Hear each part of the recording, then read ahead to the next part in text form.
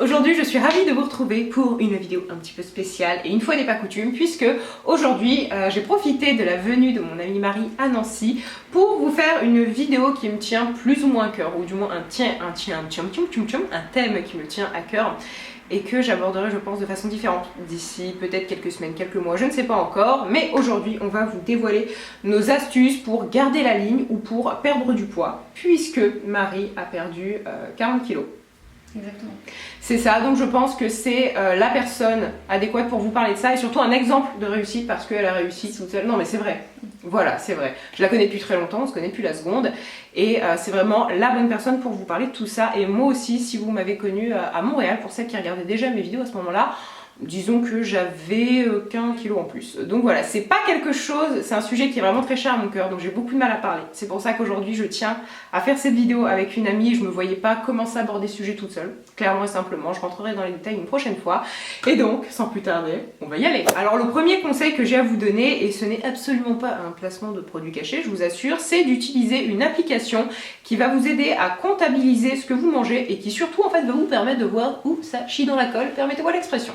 C'est-à-dire que personnellement, j'ai travaillé avec MyFitnessPal, Marie aussi, et en fait c'est une application donc gratuite, alors il y a une version qui est payante, et en fait vous rentrez tous les jours ce que vous mangez, et ça vous permet en fait de voir ce que vous mangez en trop. Moi personnellement, je le vois, même quand je mange sain, toujours là où le bas blesse, c'est le sucre, c'est que j'ai tendance à consommer beaucoup de fruits et autres, et donc d'utiliser ce genre d'application, quand bien même vous ne faites pas encore de régime, ça vous permet vraiment de voir là où il va falloir diminuer vos portions et vos apports. Donc je vous mettrai l'application en barre d'infos. En plus vous pouvez rentrer votre poids lorsque vous vous pesez, vos mensurations. Vraiment elle m'a beaucoup aidée. Et toi aussi Marie, tu as perdu pas mal de poids avec, il me semble. J'ai perdu 7-8 kilos sans faire trop d'efforts parce que j'ai vu là où ça pêchait. C'est ça.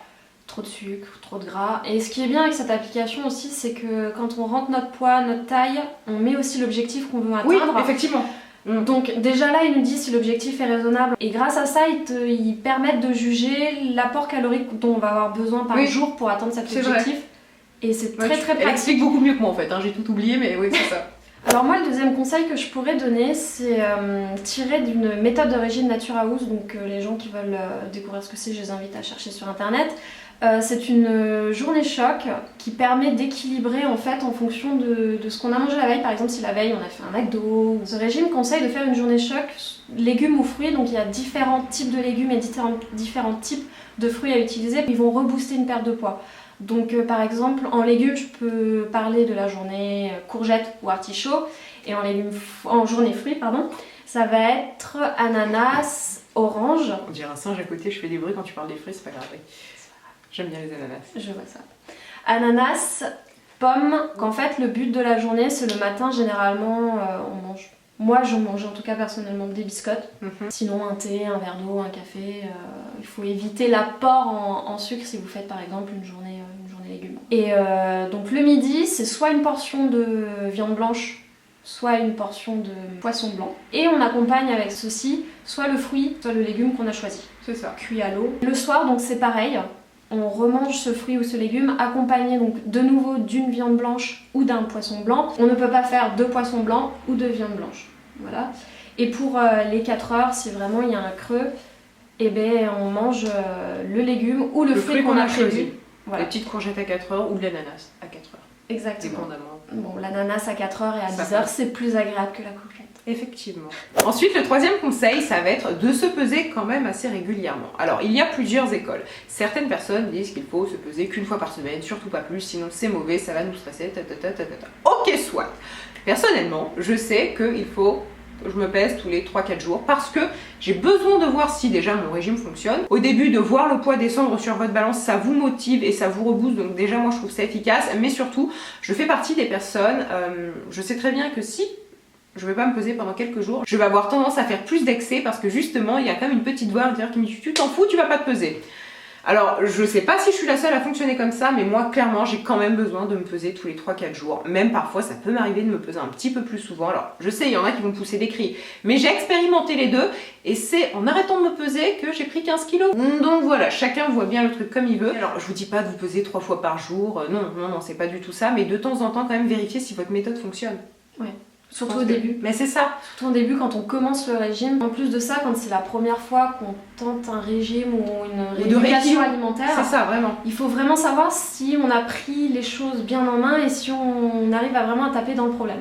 Alors le quatrième conseil que je pourrais donner, en tout cas qui peut aider, c'est par exemple quand on sait qu'on va avoir un repas peut-être un peu plus calorique, c'est peut-être manger dans des petites assiettes. Qui dit petites assiettes dit forcément plus petites portions. Et forcément l'apport calorique sera moindre. Dans certains restaurants aussi ils fonctionnent comme ça. Tu sais, ils t'apportent un plat comme ça et en fait là finalement l'assiette est creuse et t'as un tout petit truc visuel, hein, c'est notre cerveau qui comprend. Et tu dis ah gros portion, non en fait non. Conseil suivant, et hier j'en ai parlé à Marie, elle a beaucoup ri, mais moi au moment où je sens que je vais craquer, donc j'entends quand je vais craquer c'est que je vais manger un truc qu'il faut pas, hein, du chocolat, peu importe, hein, je vais pas craquer sur une endive. Hein. J'écoute une musique que j'apprécie beaucoup, donc entraînant tout le long, bref, dépendamment de votre style musical. Ou alors, je regarde une photo, une vidéo, peu importe, soit d'une personne que je trouve belle, donc garçon ou fille, soit d'une personne qui me plaît physiquement. Donc après, ça dépend si vous êtes célibataire, en couple, nanana. Vous faites comme vous voulez, mais moi, c'est vraiment quelque chose qui m'aide à tenir. C'est mental. Quand je sens que je vais faire quelque chose qu'il faut pas, et bien voilà, j'essaie de me changer les idées, en fait, tout simplement. Ou de voir une personne que je trouve belle et me dit, ben non, Alison, tiens-toi, ne craque pas et ça passera. Et en général ça passe. Sur moi c'est une astuce qui a toujours fonctionné jusqu'à présent. Puis un autre conseil que je pourrais donner, c'est pas tant un conseil, ça va être plus quelque chose qui va motiver. Et on va réaliser au fur et à mesure. Voilà. C'est vrai que quand on est en surpoids ou bien en forme, rentrer dans un magasin, voir des vêtements qu'on peut pas mettre, parce qu'il n'y a pas notre taille, ou parce que c'est une forme où on va te dire mais pas ça, ça va élargir encore plus tes hanches. Ça va faire sac à patate. Exactement. Pour se motiver, se dire qu'on va pouvoir rentrer dans un magasin, voir un vêtement qui nous plaît, trouver notre taille, et que ça va nous aller. Le plaisir qu'on a à mettre enfin quelque chose, s'habiller comme bon nous semble, mettre quelque chose qui nous plaît, c'est un plaisir mais qui est tellement intense. On sait pourquoi on fait ces efforts-là. C'est ça. Et effectivement, c'est un plaisir de manger des chips ou des Kinder Bueno, mais là, c'en est un autre. Il est différent et je trouve qu'il est encore plus intense. Exactement. Puis, un autre conseil, ça va être de cuisiner vos viandes, vos légumes avec des épices et en papillote. Et là, je pense à mon amie Julie. Et mon amie, en fait, cuisine énormément de choses en papillote au four et surtout, elle a une tonne d'épices chez elle, vraiment une tonne. Et en fait, ça change tout parce que vous cuisinez sans matière grasse, mais pour autant, vos aliments ont bon goût, ont une saveur différente. Donc votre poisson, votre poulet, peu importe, mettez-le donc dans de l'aluminium et ensuite ajoutez les épices que vous voulez. Donc on trouve plein de recettes sur internet. Vous n'avez pas besoin d'huile de cette manière. Vous mangez vraiment quelque chose plein de saveurs et qui d'ailleurs est bien plus goûtu que si vous le faites revenir dans de l'huile tout simplement à la poêle. Un autre conseil que je pourrais donner et qui peut être très très bénéfique, c'est boire un thé ou un café, notamment en fait quand on sait qu'on va manger 1 heure avant le repas, on a un petit creux. C'est dommage de craquer à 3/4 d'heure, 1 heure du repas. Parce que bien souvent dans ces moments-là, on va craquer sur quoi? Un carré de chocolat, une barre. Ouais, t'es gentil avec un carré de chocolat, moi je vous bouffe la barre, hein, enfin la plaquette. Ah ouais. Donc je conseille de boire un thé ou un café qui va apporter cette satiété. Elle va pas être longue, mais au moins jusqu'à temps de tenir au repas. Et surtout, moi, ce que je trouve cool, c'est que je pense notamment aux thés qui ont des saveurs un peu exotiques.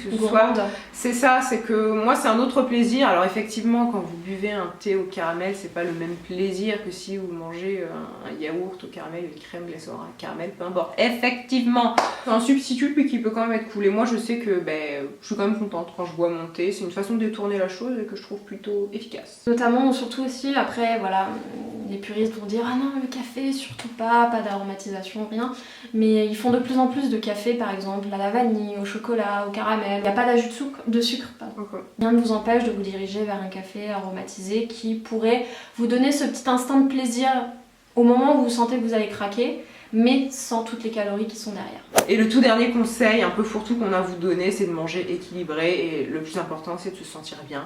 Donc voilà, c'était une petite vidéo sans prétention, mais Exactement. Qui j'espère vous sera utile. Donc sur ces bonnes paroles, on vous kiss, on vous dit à bientôt. Bye! Bye!